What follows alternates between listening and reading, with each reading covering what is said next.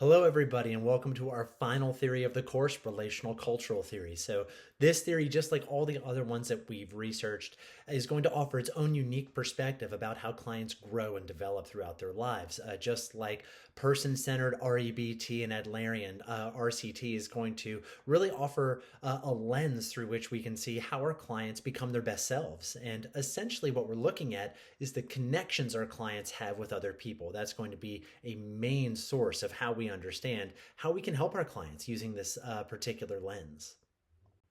So when it comes to RCT, we have to think about how do we help our clients grow. And just like with a tree needs all sorts of nutrients. It needs the right environment. It needs the right sort of factors around it in order to help it be its best self. And that's a key factor in how RCT operates as well. So in RCT, we have to form connections with others in order to be our best selves. That's a key aspect. We can't just sort of show up, do some sort of like thought exercise alone, and then all of a sudden be the best version of ourselves. RCT says that the way people develop is in connection to other people. When we're children, our connection to our caregivers. When we're older, our connection to our peers, to our teachers, to our workplace. All of these things have the ability to either help us really grow and blossom or to do the exact opposite. So we have to look at connections in order to understand our clients. The connections are really important for everybody, not just women. And the reason I put not just women is because for years and years, it was thought that women uh, were the part of society that really valued and wanted strong connections, and men not so much. Like they can maybe benefit, but probably not. But it wasn't until feminist movement came about, and also when RCT was created, that the idea of really looking at connections and how they affect men was sort of brought to the forefront. And this was kind of accepted as relationships are important for everyone across the board. We can't just say this is important for one group and not another, because that's just not true. And then the quality of a relationship is so important. And you've probably experienced this yourself in some form or fashion. The idea that if I've got a really close connection to someone, I feel that they really care about me, that they have my best interest at heart, then you can sort of feel like when I'm around that person, I can bounce ideas off of them. I can sort of hear what they have to say and sort of take in maybe even critical feedback they might have towards me. Because as long as I believe that they have my best interest at heart, I can hear what they have to say, internalize that, and use it to grow and to develop myself. And hopefully it happens in the opposite way as well. But that's how a really quality relationship can really benefit us. And relationships are not just person to person. Relationships are person to everything. A person to their spouse, a person to their child, a person to their community, a person to their workplace. All of these connections have a direct impact on how a person can either grow or how they're stifled in their growth as well. So looking at all the connections that a person has in their life is going to be very, very important. So let's look at an example of what this might be in terms of connections to something in a person's environment. So I'm going to use the example of connection to a person's job to see how this might sort of develop a quality, fulfilling relationship. So, step one, we're looking at the job values the employee. So, imagine a workplace that an employee joins and the job does their best to train them, does their best to support them. If the employee really needs like a break from their job because they have a sick child or something has happened that has affected them, the job understands and grants them time off so they can tend to their personal issues.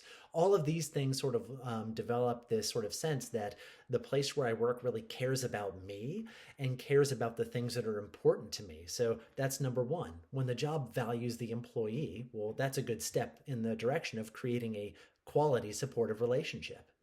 You can imagine too, as the employee, when you feel that sort of support from your workplace, that you're going to feel heard, understood, and appreciated. You're going to feel those things like, wow, the place where I work really values who I am. They see me when I need some help, and they're willing to offer that to me. That feels really good to have that in the place where I work. So the employee in return is probably going to be a lot more effective at their job. They're going to be happy when they show up to work, probably more energized when they're asked to do a project. those are some things that are likely going to show up with the employee in their place of work. So this sort of back and forth where one sort of supportive relationship sort of fosters on the other side support that comes back around. This is called mutuality, and it's something that RCT therapists are really keen on understanding and developing with the clients that they work with. When clients have mutuality in their relationships, they're likely going to be happier, they're going to be healthier, they're going to be more willing to sort of put themselves out there and trust that the person that they're in connection with or the place they're in connection with is going to see them, understand them, and support them. That sort of mutuality aspect is key to creating a really solid foundation for a person and for their development as well. So here's an example of how that could work at a workplace. So some key aspects to mutuality. How is this achieved? How do people sort of find this elusive kind of supportive connection to people and things around them? Well, there are some things that we need to look at as therapists to help our clients understand this. So past experiences are really important. Your connection to your parents, to your friends, to key relationships that may have happened when you were younger. These sorts of periods and of connections, disconnections, and what you've learned from them are going to really imprint on a client about what sort of relationships, what relationships are supposed to look like, how they're supposed to operate, what I can expect from other people. These are called relational images, and they're sort of imprints or sort of ideas that clients keep with them that tell them what sort of relationships are, what they can expect based on things that have happened in the past. We also have to look at a client's social skills. So it's one thing to want to build quality relationships. It's another thing to have the skills to actually do it. So in terms of making friends, interacting with other people in a socially acceptable way, these are like skills that can be learned and taught to a person that can facilitate creating those sorts of relationships that are so vital to a person's support, understanding to their growth. So social skills that happen a lot of times when a person is younger, but can take place throughout any point in a person's life. They're really important. It's not enough to just want a good relationship. You have to have the skills to help push it forward as well. There's also being able to work through differences and challenges. So to be able to have almost like a distress tolerance in a way, the idea that relationships are going to go through rough patches at certain points. And so being able to work through those rough patches is important. You don't want to develop a pattern of when things get hard, you throw out the relationship and move on. Pretty soon, you're not going to have any relationships left. Most relationships, if not all of them, go through a difficult period. So being able to learn skills or to have a certain determination to work through rough patches is a really important piece of how you create mutuality and keep really good relationships going for the long term.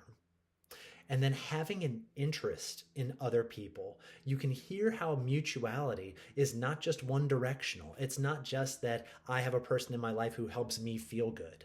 You have to help the other person feel good, feel understood, feel supported as well. There has to be sort of a circular kind of motion to this relationship. Mutuality is all about the two pieces, the two people or two entities having a direct impact on one another. If one of those entities has a direct impact on the other one, but the other entity doesn't have any impact or any input on the first one, the relationship's going to deteriorate. That's not mutuality. There has to be something there that allows this sort of circular sort of pattern to take place. And so to allow that to take place, you have to be interested and want to understand the other person. So that's something we help our clients do as well. We help build up that empathy and that genuine interest in others. That helps create mutuality and helps create those really strong relationships that help a person grow. So, and the last one, expectations can be a big one as well. Expectations based on past experiences, based on what I think I am capable of doing in a relationship. The expectations that a client carries with them have a huge impact on what's going to happen in terms of creating or not creating meaningful relationships in the future. So there's just a few things about how mutuality is either achieved or kind of broken in the process.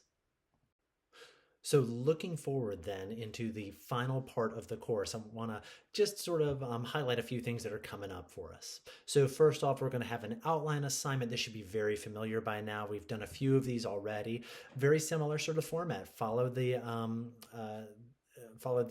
template that's already been uploaded for you and put the key parts of relational cultural theory in there. It's going to be very helpful when we move forward in the course. Next, for relational cultural theory, we're going to do a video analysis. And what I want you to do for this is to really listen in to what the client is saying when he talks about his relationships with key people in his life, so especially his parents.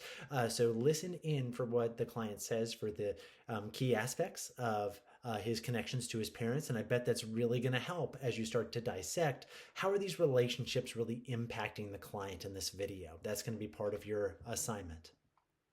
And then as we round out the course, we get into the final weeks. What we're going to be doing is pulling together pieces of each theory that really speak to you.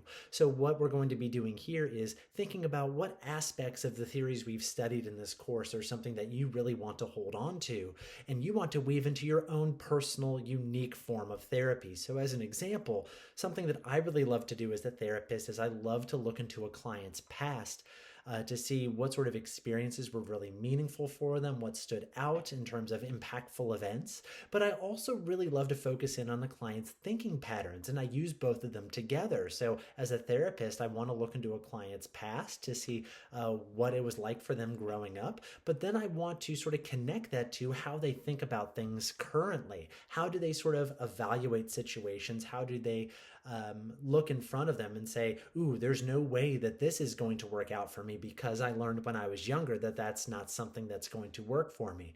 So you can almost hear in the way that I work with clients, I like to have a bit of a meshing of both the Adlerian type of therapy as well as REBT. And I use both of them simultaneously.